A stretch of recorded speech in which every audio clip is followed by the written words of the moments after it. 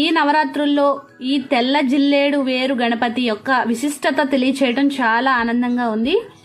ముందు మనం తెల్ల జిల్లేడు వేరు గణపతితో సమానం అంటారు ఎందుకు అని తెలుసుకుందాం.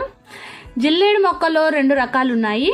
అందులో ఒకటి ఊదా రంగులో, చాలా లైట్ కలర్లో ఊదా రంగులో ఉంటుందండి. అటువంటి జిల్లేడు మొక్క పువ్వులు కానీ ఆకులు కానీ అదే రంగులో ఉంటాయి. అది కాకుండా తెలుపు రంగు ఆకులు, తెలుపు రంగు పువ్వులతో ఉండే తెల్ల జిల్లేడు మొక్క ఉంటుంది. మనం దానినే శ్వేతార్కము అని పిలుస్తామన్నమాట. మీరు వినే ఉంటారు కదా, విఘ్నేశ్వర పూజ చేస్తున్నప్పుడు శ్వేతార్కాయ నమః, శ్వేతార్క పత్రం సమర్పయామి, ఇలాంటి పదాలని వినే ఉంటారు కదా.